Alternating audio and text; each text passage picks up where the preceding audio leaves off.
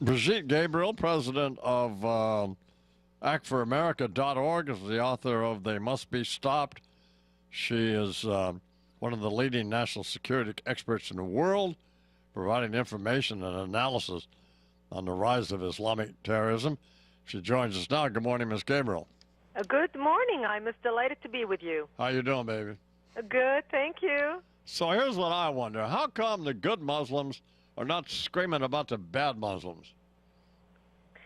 The good Muslims are not, well, they're starting to scream about the bad Muslims only now after what happened to that pilot in Jordan, because it's really galvanizing the Muslim world around, because this Muslim pilot was a devout Muslim, and now that is starting to show the real drift between what ISIS stands for and what a lot of Muslims stand for. And even though they may be devout, practicing Muslims, they are not burning people alive.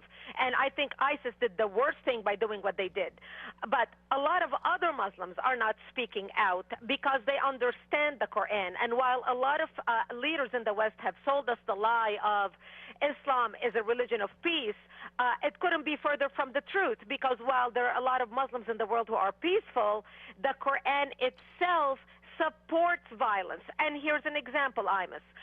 To justify the burning, for example, of unbelievers or those who got away from their religion. And this is how ISIS justified the burning of the Muslim Jordanian fighter pilot, because as far as they are concerned, he stepped away from the true Islam.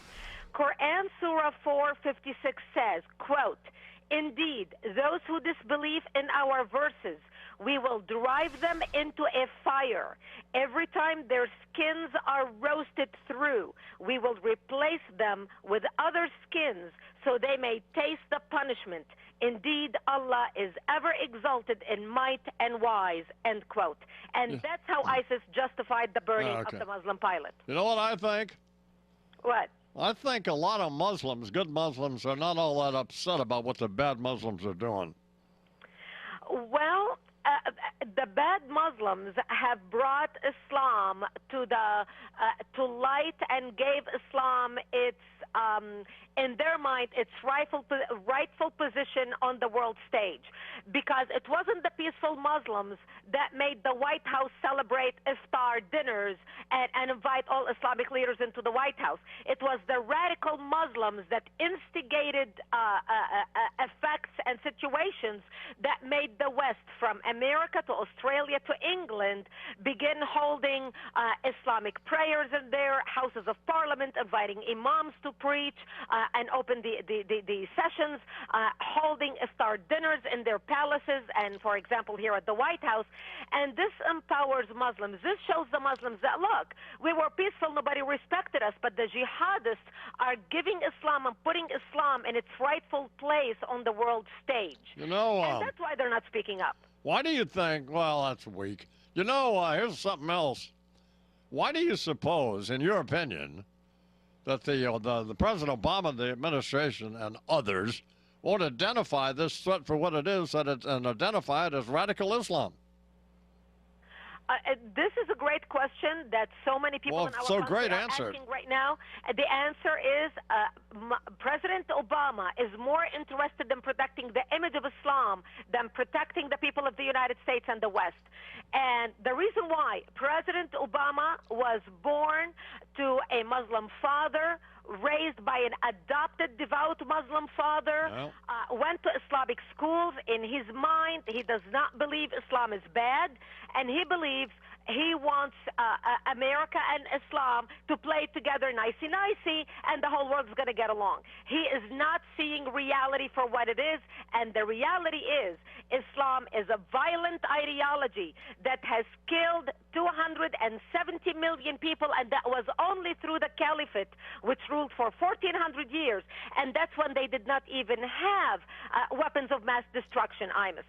Today, the world is a different place with these radicals. You know, unfortunately, you're probably right. So we're talking with Brigitte Gabriel here on the Imus Morning program. It's coming up in 13 till the hour. How big a threat? Here's something else I was wondering about. How big a threat really is ISIS?